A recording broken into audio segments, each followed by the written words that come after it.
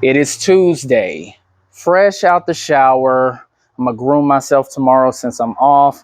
I just got done, of course, cleaning the whips, so they are clean for the rest of the week.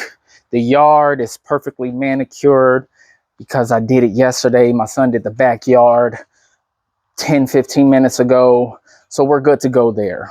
But as I do my reflection walk, I just came to the realization that we are living in the era of entitlement. I mean, I know everybody has seen all of these single baby mamas with multiple kids talking about how they deserve a guy that is at a higher value than the ones that impregnated them, and how they have to come in, clean up their mess, take care of them and their kids, assuming all of the responsibilities because of what? Because you are you? And then you got these guys that have not accomplished anything in their lives. They still live at home. Their mama's still telling them to take out the trash and go pick up their siblings if need be. And they're their basic errand boy of the house. But yet they deserve a Instagram looking baddie. And then you got people in the workforce that feel like they deserve to get paid more when they do the bare minimum. They're always VTOing at any given time. They call in to work on multiple occasions on a consistent basis, but they deserve to get paid more than the person that goes to work, put in their 40 plus hours. They never call in. They're always, volunteering themselves to do different projects around the business, but yet that other person deserves to get paid more. Let's not talk about the WNBA and them funky ass t-shirts that they was wearing over the weekend and how they feel like they deserve to get paid more by who? An organization that's being subsidized by the NBA? That's always in the red? That has never turned a profit? But yet you think that you deserve to get paid more for what? And this lets me know that these women don't even understand business. How are you going to get paid more from a company that don't turn a profit? That's just now getting notoriety. That's just now getting endorsements. That's just now becoming popular. But just because you, or you might be the star of this weak ass organization, you deserve to get paid more. It's bullshit. And this is the sense of entitlement that is plaguing society right now. The world owes you absolutely nothing. You get what you deserve. And if you feel like you deserve more, then put yourself in a position to get more. But if you think just because you have a name or you just feel like you are so valuable, well, guess what? If the world deems you as valuable, you will reap the benefits of your value. And if you are not reaping those benefits, then you are not as valuable as you think that you are. Stop being entitled. And I blame a lot of the parents, because a lot of your parents did not make you work and earn everything. They gave everything to you. So you grew up thinking that, guess what? Because I'm me, the world owes me whatever I want. That's not how the world works.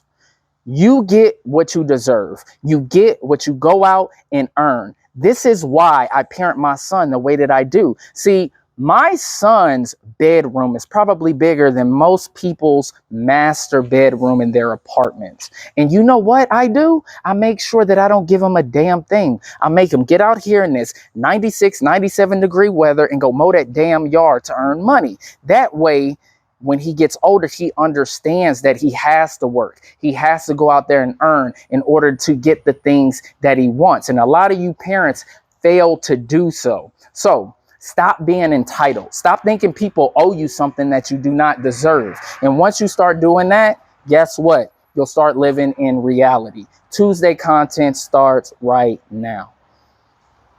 Good day, good people. It's AT Malone, the first in my name because the second is already here. If you haven't already, please like, share, subscribe, hit that notification bell for more videos from your boy.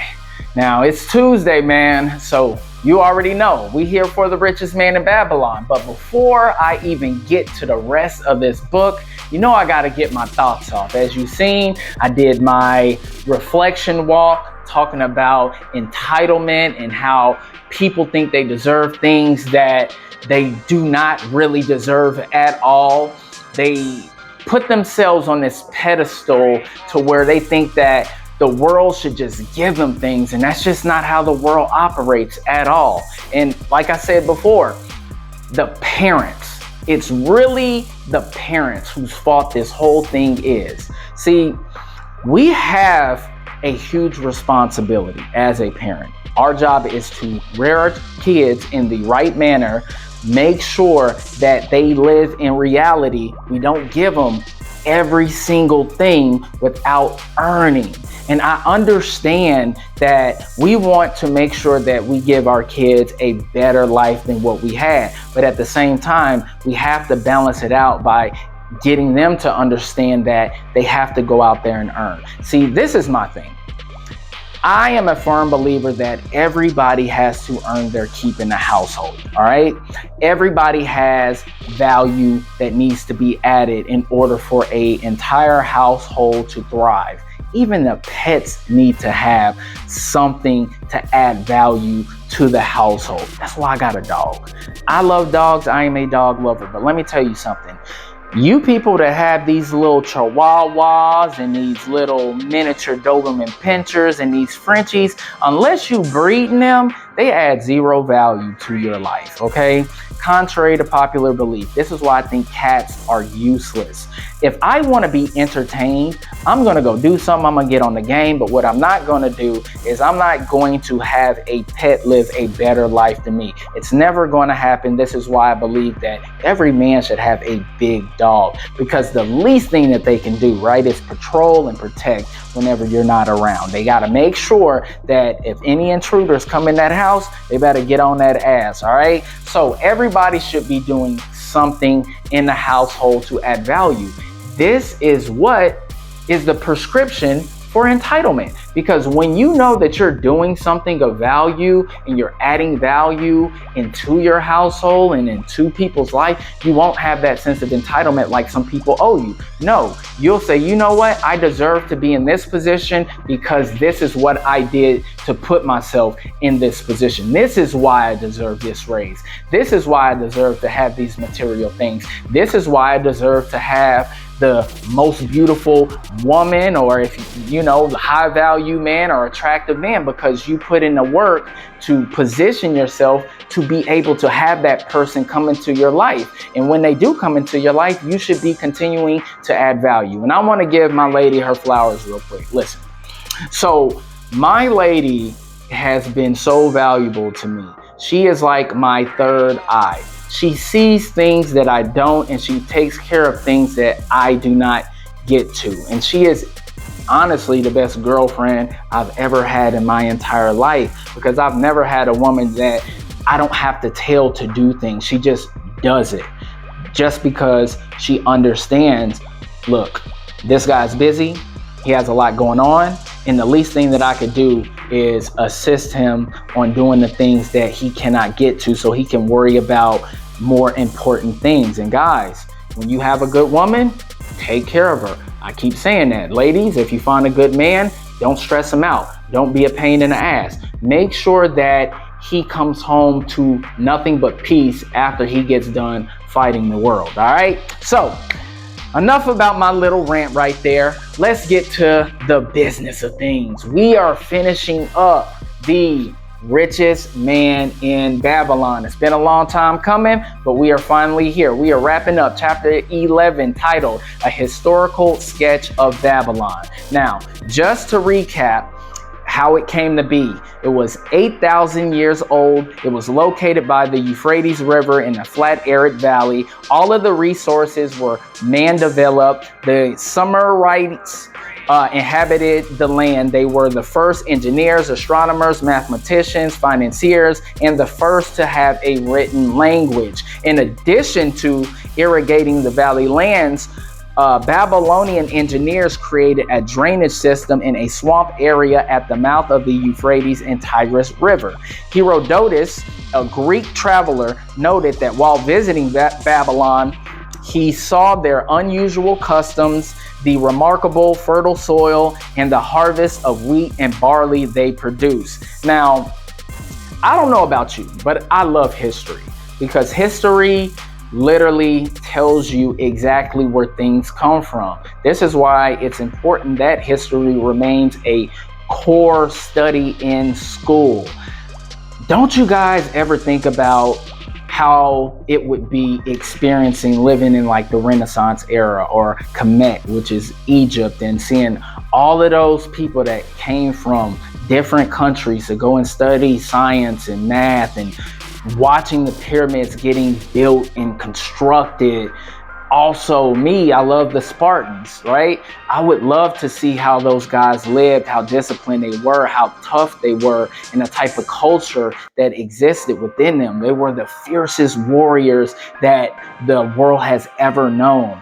I would love to see that, man. And this is why I love history so much, because you take a step back in time and get a better understanding about how things came to be, right? So, let's continue. So the glory of Babylon has faded, but its wisdom has been preserved for us. They didn't have paper, so they engraved their writings on tablets, which was made out of moist clay. They were baked and became hard tile. They were 6 by 8 inches and 1 inch thickness. Now, while I was reading this, it just brought me back to the understanding of how spoiled we actually are. We have civilized the world so much that we take for granted the things that we have now, like the internet. And I remember we had to look inside encyclopedias instead of Googling things. And I'm gonna tell you guys a quick story. So when I was younger, my great grandmother was teaching me how to write my name and spell out my name. And what she did was she brought out a typewriter. And if you guys, are millennials or before, you were from the Gen X boomer generation, you guys know what typewriters are.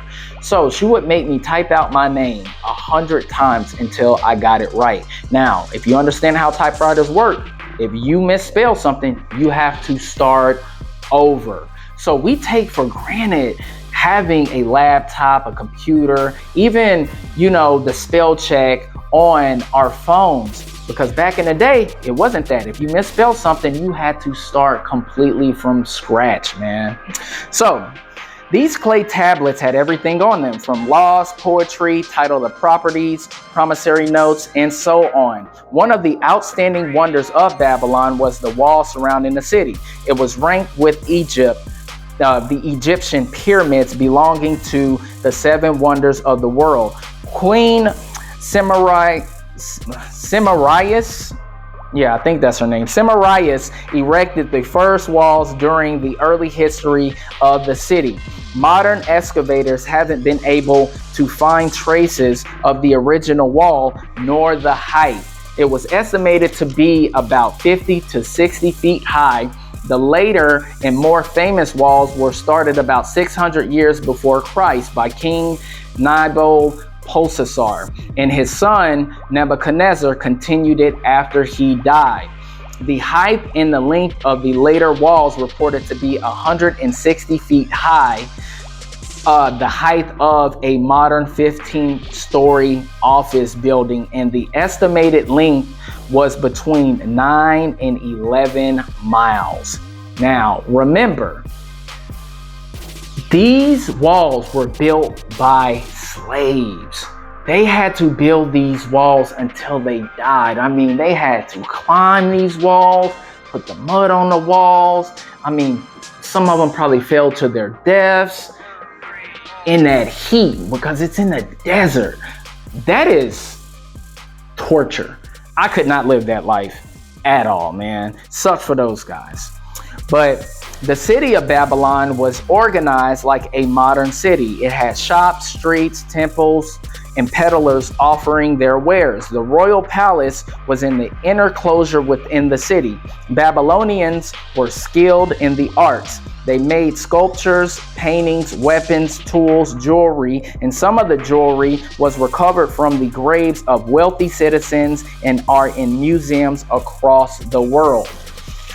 Babylonians were using metal-headed axes, spears, and arrows, while the rest of the world were still using stone-headed axes, flint-pointed spears, and arrows. The Babylonians were the original inventors of monies as a means of exchange of promissory notes and written titles to properties.